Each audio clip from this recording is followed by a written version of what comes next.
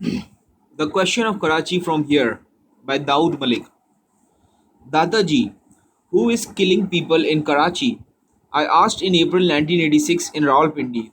In perpetual retirement since 1952, reading junk was one of Dadaji's morning routines. A charpoy along with a plump pillow would be placed outside the home in the unkempt garden, knowing he liked to have his tea and newspaper in the open. I was his companion every morning, trying to make sense out of headlines and black and white pictures. Dadaji didn't answer. He looked at me as if I had asked something forbidden. But he was not angry, perhaps slightly surprised. Why should his grandson, who had just started making sense of words, ask such a question? Dadaji was strictly apolitical, or in other words, he was living in the past, without a care for the present. He used to dazzle us with couplet after couplet from his repertoire of Urdu and Persian poetry, peppering them with anecdotes. The moment somebody talked about politics, Dadaji would disappear, become nobody. Karachi continued to burn, as every newspaper screamed out with the number of deaths and loss to property, accompanied by the lament that an Islamic country shouldn't witness such barbarity. The newspapers also lamented that the city of Jinnah Sahib, as Dadaji would always call him, had been divided under a conspiracy by outside forces. In Rawalpindi, people would tell terrifying stories of torture. I would not believe them. I grew up, I cleared the traditional educational hurdles. Karachi went off the radar.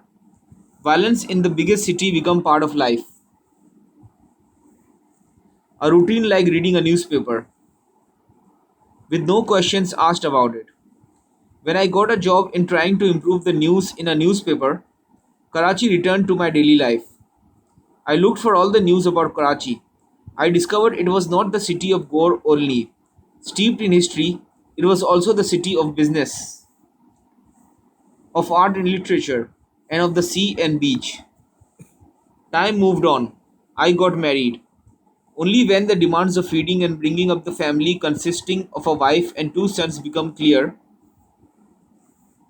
I realized I needed to do more.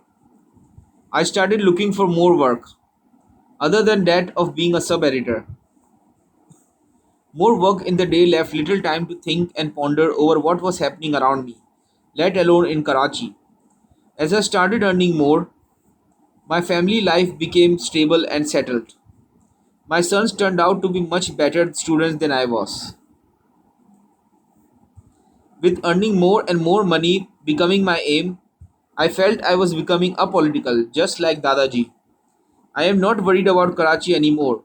My worries now revolve around the well being of my two sons, their education, and what the future holds for them in this country. But Karachi refuses to go away. As I came home late one evening, my older son opened the gate. Before I could get out of the car and hand him the laptop, he said, Baba, come upstairs quickly. Baba, look, he said, pointing at the TV screen.